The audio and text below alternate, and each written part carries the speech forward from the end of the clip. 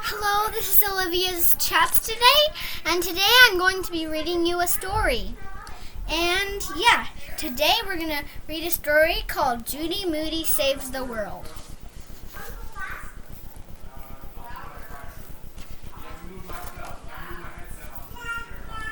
By Megan McDonald, illustrated by Peter H. Reynolds. Batty for banana peels. Besides everybody, said Mr. Todd, let's continue our discussion for the environment. Rainforests everywhere are being cut down. When you take medicine or bounce a ball or pop a balloon, you're using something that came from the rainforest. And right here at home, malls are replacing trees, animals are disappearing, and we're running out of places to put all our trash. Today, let's come up with some of the ways we can save the world, the earth. Sometimes it's good to start small. Think of ways we can help at home, in our families, and at school. Any ideas? Don't leave lights on, said Haley. Recycle your homework, said Franklin. And cans and bottles and stuff, said Leo.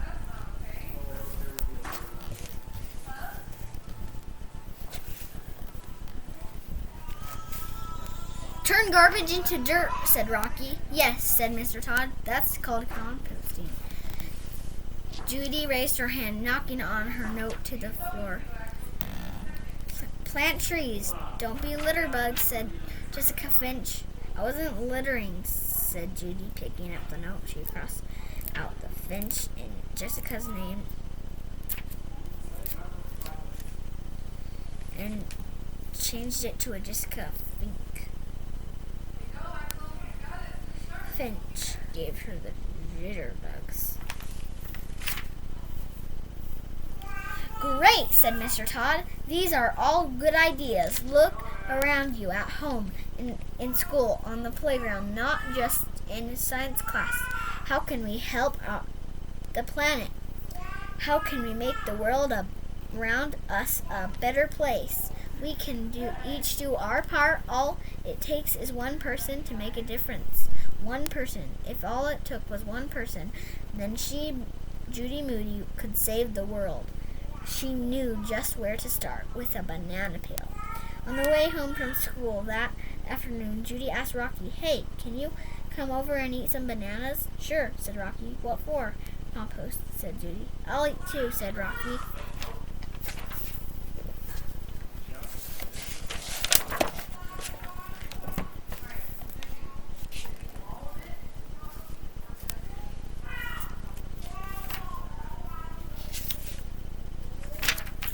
In Judy's kitchen, Judy and Rocky each ate 1.5 bananas. They fed the fourth and last one to Mouse, Judy's cat. Then they tossed all 4 banana peels into a bucket. "Why don't we make a sign for the bucket that says, 'Turn garbage into dirt,'" said Rocky. "Rare," said Judy. "Tomorrow we can tell Mr. Todd we are starting to heal the world." "Double cool," said Rocky. "Wait just a minute," said Judy. Why didn't I think of it before? Heal the world. That's it. What's it?" "My Band-Aid for the crazy strips contest. You'll see." Judy ran upstairs and came back with markers and some paper. At the kitchen table, Rocky made a sign for the compost bucket, while Judy drew a picture of Earth Band-Aid on it. She wrote, "Heal the world" under the globe, in her best not in cursive letters. Then she drew banana peels all around the world. Stink came into the kitchen. "What are you drawing?" he asked Judy. "Banana peels," said Judy. "For the crazy strip contest," Rocky said. "And you thought bats were weird," said Stink. "Bats are half as crazy as banana peels."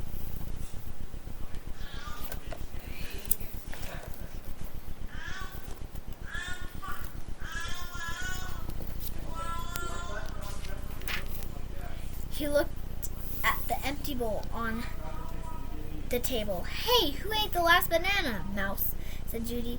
Judy and Rocky fell on the floor laughing. "No way," said Stink. Just look at her whiskers, said Judy.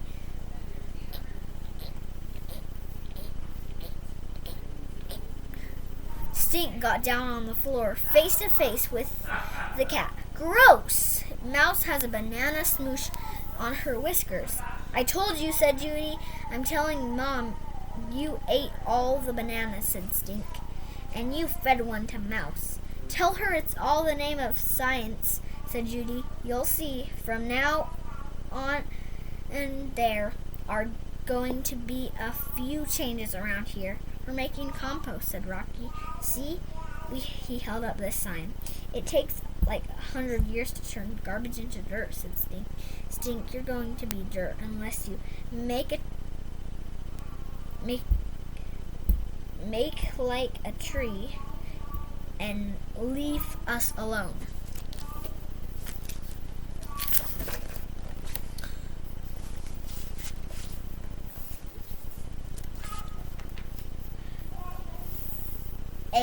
Mr. Rubbish Mood. It was still dark out when Judy woke up early the next morning. She found her flashlight and notebook. She tiptoed downstairs to the kitchen and started to save the world. She hoped she could save the world before breakfast. Judy wondered if people making the world a better place had to do it quietly and in the dark so their parents would not wake up. She, Judy Moody, was in a Mr. Rubbish mood. Mr. Rubbish was the good garbage gremlin in Stink's comic book who built his house out of French fry cartons and pop bottles. He recycled everything, even lollipop sticks, and he never used anything from the rainforest. Things like that came from the rainforest. That would be a good place to start. Rubber came from the rainforest, and chocolate and spices and things like perfume, even chewing gum. Judy collected stuff from around the house and piled it on the kitchen table. Chocolate bars, brownie mix, vanilla ice cream, her dad's coffee beans, the rubber toilet plunger, her mom's lipstick from the bottom of her purse.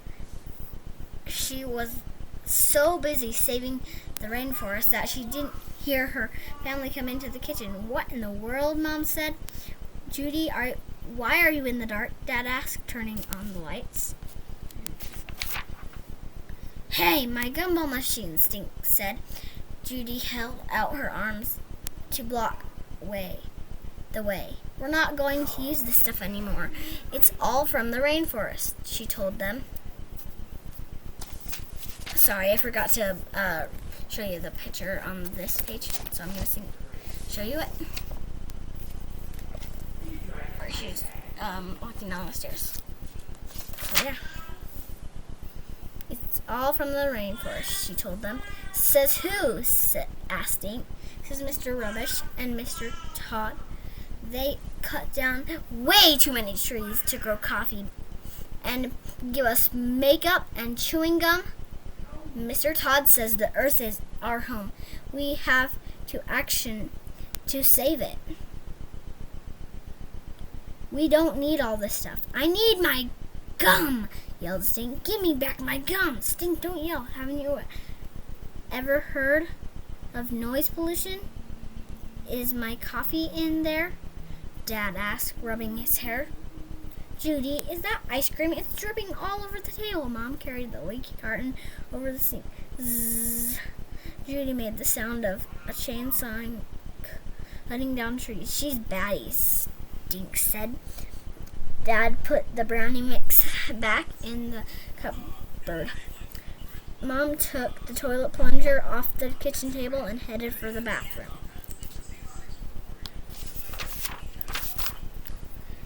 Time for Plan B. Project RECYCLE.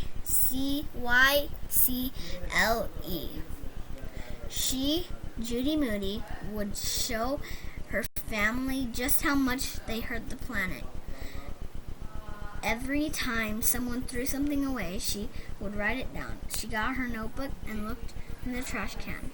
She wrote down 1 orange juice can, 1 inside of peanut butter jar lid, 1 plastic bread bag, broken eggshells, 4 broken eggshells, smelly, yucky, wet coffee grounds, paper muffin holders, smushed scarlet oat cherry juice boxes, and straws, half a bowl of oatmeal. See, you shouldn't throw gooey old oatmeal in the trash, Judy said. Dad, tell her to stop spying on me. I'm a garbage detective, said Judy. Garbologist to you. Mr. Todd says if you want to learn what to recycle, you have to get to know your garbage. Here, said Sticky, something wet and mushy under just the snow. Get to know my apple core. Hardy, har, har, said Judy. Hasn't anybody in the family ever heard of the 3 R's? The 3 R's, asked Dad. Reuse, recycle. What's the third one? asked he. Refuse to talk to little brothers until they quit throwing stuff away. And then the 2 other ones of them are this one. It's Stink. He wants his gummo machine back. And this one is the notebook that Judy is writing in.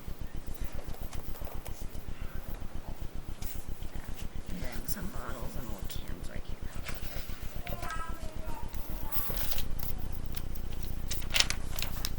Mom, I'm not going to stop throwing stuff away just because Judy's having a trash attack. Look at all this stuff we throw away, Judy said. Do you know that one person throws away more than 8 pounds of garbage a day? We recycle all our glass and cans, said Mom. And newspapers, Dad says. What about this stuff? Said Judy, picking a plastic bag out of the trash. This bread bag could be a purse or carry a library book. What's so great about eggshells? asked Stink, and smelly ground up coffee. You can use them to peel plants or make compost. Just then,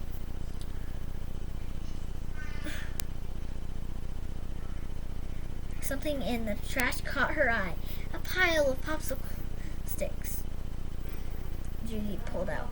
Hey, my Laura Ingalls Wilder log cabin I made in 2nd grade. It looks like a glue museum to me, said Steve.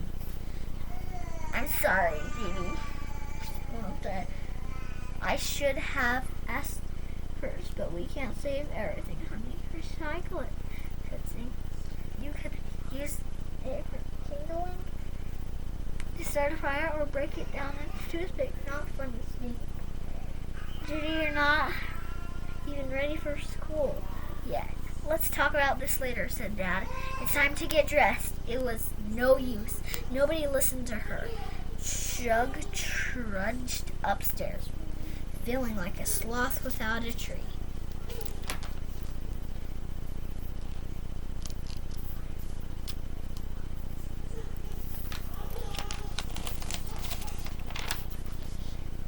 I won't wear lipstick today if it will make you feel better, Mom called up the stairs, and I'll only drink half a cup of coffee, Dad said, but Judy could hardly hear him over the grinding of the rainforest coffee beans. Her family sure knew how to ruin a perfectly good Mr. Rubbish mood.